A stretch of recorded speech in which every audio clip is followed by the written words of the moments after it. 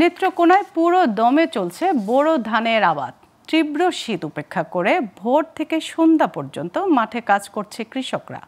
তাদের দাবি, সার, বীজ, বিদ্যুতের দাম বেশি, তার চেয়ে ধানের দাম কম থাকায় আর্থিক সংকটে পড়তে হয়।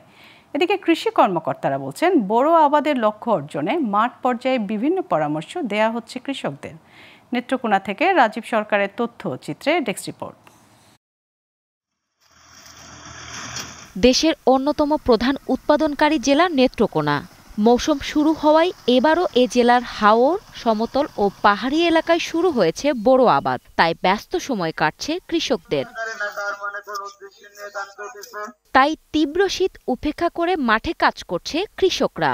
কিছুদিনের মধ্যেই শতভাগ চারা রোপণের কাজ শেষ হবে বলেও জানান তারা। বোরো চাষের ধুম চলছে, আমরা রাত দিন কাজ করে যাচ্ছি, কিন্তু ধানের দর ন্যায্য পাওয়া না পাওয়াতে আমরা খুব কষ্টে আছি। এই টাইমে কাজ না করে আমরা ফসল বাড়তে যাই, তখন এই ব্যাগ বৃষ্টি পায়, তাই এই জন্য আমরা আগায় করি। পুরোর মৌসুমে আমরা ফসল ধরতেছি, যদি আমাদের সরকারের যদি আমরা সব দিক দিয়ে সাশ্রয় করে দেয়, তাহলে আমরা মোটামুটি পোষাইতে পারবো। এদিকে ধানের দাম না বাড়লেও বেড়েছে সার, বীজ, কীটনাশক, বিদ্যুতের দাম। তাই ধানের দাম বাড়ানোর দাবি কৃষকদের। আমাদের এক খাড়া জমির মধ্যে ধান হয় মাত্র 8 থেকে 10 মণ ধান হয়, আর কামলা খরচ সব কিছু মিলিয়ে আমাদের ধান তুলতে, মাঠ থেকে মারায় তুলতে খরচ হয় ওই 10,000 টাকা। আঠার গুরুত্বর দাম বাড়তি, ওষুধের দামও বাড়তি, মানে এগুলো যদি একটু কমাইতে পারে সরকারে, তাহলে আমরা লাইন ভালো হবে।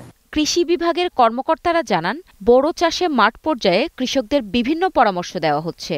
আর সার, বীজ সহ চারা সংকট না থাকায় লক্ষ্যমাত্রা অর্জিত হবে বলে প্রত্যাশা তাদের। পুরো ফসল থেকে যাতে বাম্পার ফলন পাওয়া যায়, এই জন্য আমরা স্বল্প জীবনকালীন জাতসহ উচ্চ ফলনশীল জাতের যে নতুন জাতগুলি ধান গবেষণা প্রতিষ্ঠান থেকে অবমুক্ত করা হয়েছে, সেগুলি আমরা মাঠ পর্যায়ে বিস্তার ঘটাচ্ছি। আমরা আশা করছি যে যদি কোনো ধরনের প্রাকৃতিক দুর্যোগ না আসে, তাহলে আমাদের গুঁড়ো ফসল থেকে আমরা একটি বাম্পার ফলন নেত্রকোনা জেলায় পাবো ইনশাল্লাহ। এবার নেত্রকোনায় 1,85,448 হেক্টর জমিতে বোরো চাষের লক্ষ্যমাত্রা ধরা হয়েছে।